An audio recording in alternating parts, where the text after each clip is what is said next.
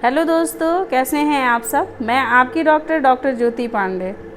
आज का जो टॉपिक है मेरा वो बहुत ही सिंपल सा टॉपिक है। Never ignore dental caries. मतलब कि आपको एक छोटे से दांत में लगे हुए कीड़े को कभी भी इग्नोर नहीं करना चाहिए। अगर आप उसके ऊपर ध्यान नहीं देते हैं तो इस वीडियो में आपको पता चल जाएगा कि कितनी बड़ी से बड़ी प्रॉब्लम आपको हो सकती है। चलिए इस वीडियो को आगे बढ़ाते हैं। सबसे पहले कि जब किसी भी दांत में कीड़े लगते हैं तो आपको वहाँ पे एक स्पॉट सा फील होता है। मतलब आपको ऐसा फील होगा कि जैसे वहाँ पे खाना वगैरह फंसना शुरू हो गया है। फिर भी आप डेंटिस्ट के पास नहीं जाते हैं क्योंकि उस समय तक आपको कोई प्रॉब्लम नहीं होती है। लेकिन जैसे जैसे समय बीतता है आपके दांतों की जो कैविटी होती है उसके साइज और शेप बढ़ने लगते हैं, तो फिर आपको सेंसिटिविटी स्टार्ट हो जाती है। इसका मतलब ये है कि आपका ऊपर का जो इनेमल का जो परत है वो बिल्कुल हट चुका है। अब आपका डेंटिन जो है वो अफेक्टेड हो रहा है। स्टार्टिंग में जब आपकी सेंसिटिविटी होती है तो आप अपने से ही कुछ सेंसिटिविटी के पेस्ट ले करके या फिर कोई भी पेन किलर वगैरह ले करके आप उसे वहाँ भी इग्नोर कर देते हैं। फिर आगे क्या होता है, आगे फिर वो बन जाती है डीप कैरीज में। तब आपको होता है बहुत ज़्यादा दर्द। इतना ज़्यादा दर्द होता है कि फिर आप ये नहीं सोचते कि आप क्या करा रहे हैं। आप सीधे जाते हैं किसी भी बगल के कोई फिजिशियन हो या फिर कोई भी आपके आसपास गांव में शहर में कहीं भी कोई डॉक्टर होते हैं, आप उनके पास चले जाते हैं और बिना उनके दिखाए आप बोलते हैं अब मुझे पेन किलर का इंजेक्शन दे दीजिए, पूरी रात नींद नहीं आ रही है, सुबह होगा तो हम डेंटिस्ट को दिखाएंगे। तो फिर उस कंडीशन में आपको लग जाते हैं इंजेक्शन और आपको हो जाता है रिलीफ़। उस कंडीशन में आप ये सोचते हैं कि चलिए डेंटिस्ट के पास मिल लेते हैं, अब इसमें अगर कोई प्रॉब्लम हुआ होगा तो उसे ठीक करा देते हैं।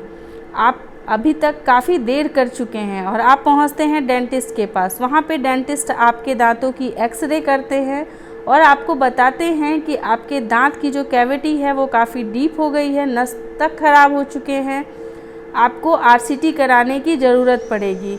फिर भी आप उस समय ये सोचते हैं कि रात में जो इंजेक्शन लगा था तो काफ़ी अच्छा था, उससे मेरा दांत का दर्द जो है वो बिल्कुल ठीक हो गया था।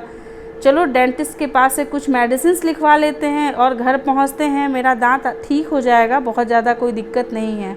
वो उस समय आप अपने आप को एक झूठी सी सांत्वना देते रहते हैं। आपके डेंटिस्ट आपके पास दो ऑप्शन रखते हैं, या तो आप अपने दांत को निकलवा लीजिए या फिर आरसीटी करा करके आप अपने दांतों को बचा लीजिए। आपको दोनों ही ऑप्शंस अच्छे नहीं लगते हैं। आपको वो मेडिसिन अच्छा लगता है और आप फिर से मेडिसिन को लेकर के घर पहुंच जाते हैं।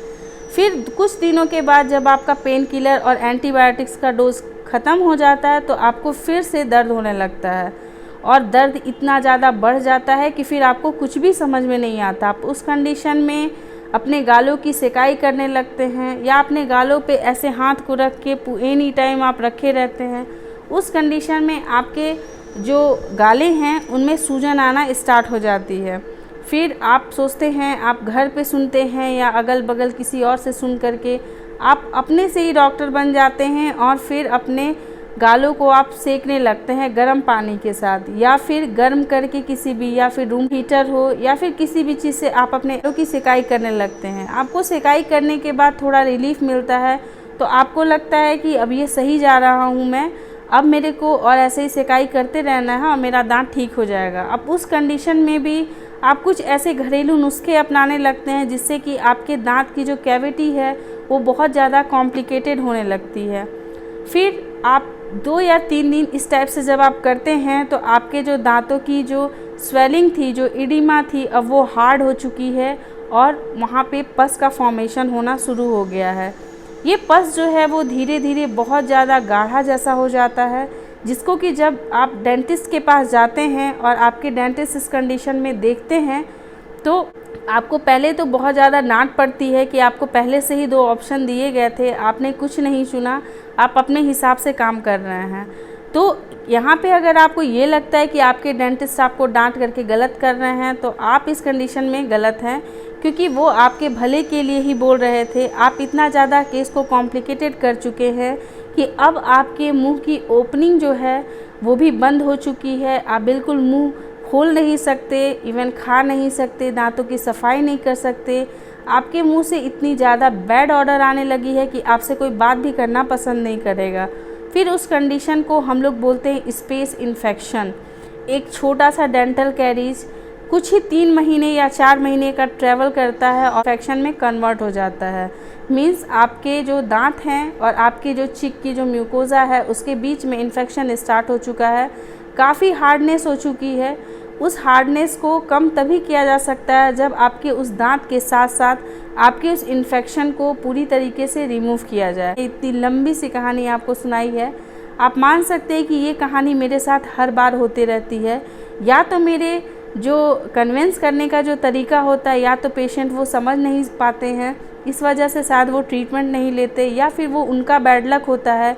एक छोटे से ट्रीटमेंट को कराने से बचने के लिए वो इतने बड़े इन्फेक्शन तक अपने आप को ले जाते हैं।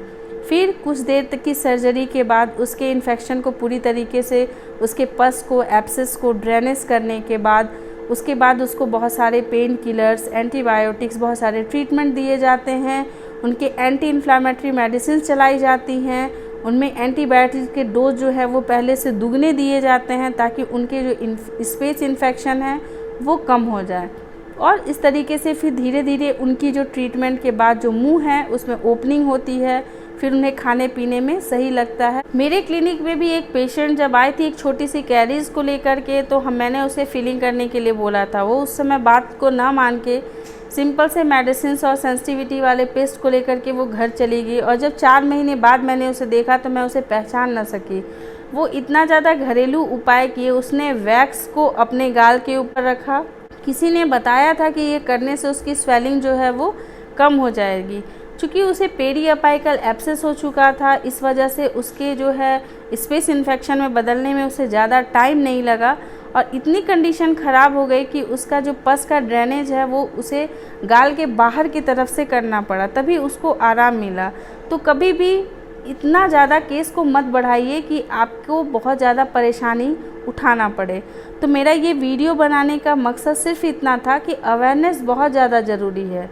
आपको घरेलू उपाय तभी तक करने चाहिए जब तक कि आपको उससे कोई नुकसान ना हो। लेकिन अगर उससे कोई रिलीफ नहीं हो रहा है तो आपको तुरंत अपने डेंटल क्लिनिक जाना चाहिए और डेंटिस्ट से ट्रीटमेंट कराना चाहिए, क्योंकि आपके मुंह के लिए आपका जो दांत है वो बहुत ज़्यादा इम्पॉर्टेंट होता है, चाहे वो एस्थेटिकली हो या फिर कोई फंक्शनली हो। इस तरीके से मैंने आपको बताया कि कभी भी एक छोटी सी कैविटी को इग्नोर नहीं करना है, क्योंकि एक छोटी सी कैविटी जो है वो बहुत बड़ा बीमारी में कन्वर्ट हो सकती है। आप सभी ने सुना होगा कि हाथी बहुत बड़ा होता है, चींटी बहुत छोटी होती है, पर एक छोटी सी चींटी हाथी के अगर सूंड में चली जाए तो पूरी हाथी जो है वो तिलमिला उठता है। तो ये कहानी मैं भी बचपन से सुनती आ रही हूँ। मैंने सोचा आपको शायद इससे बताएं तो आपको समझ में आ जाए। तो ख्याल रखिएगा अपना, अपने आसपास के लोगों का भी, और मेरे वीडियोस को शेयर कीजिएगा उन लोगों के साथ जो कि कुछ भी सुनना पसंद नहीं करते हैं। उन्हें बहुत बड़े बड़े डिजीज़ का ट्रीटमेंट कराना अच्छा लगता है, एक छोटी सी बीमारी को वो इग्नोर कर देते हैं। आई होप कि आपको वीडियो अच्छा लगा होगा। ऐसे इन्फॉर्मेटिव वीडियोज़ आपके साथ शेयर करती रहूँगी, लाती रहूँगी नई नई वीडियो। तब तक के लिए टेक केयर, बाय बाय।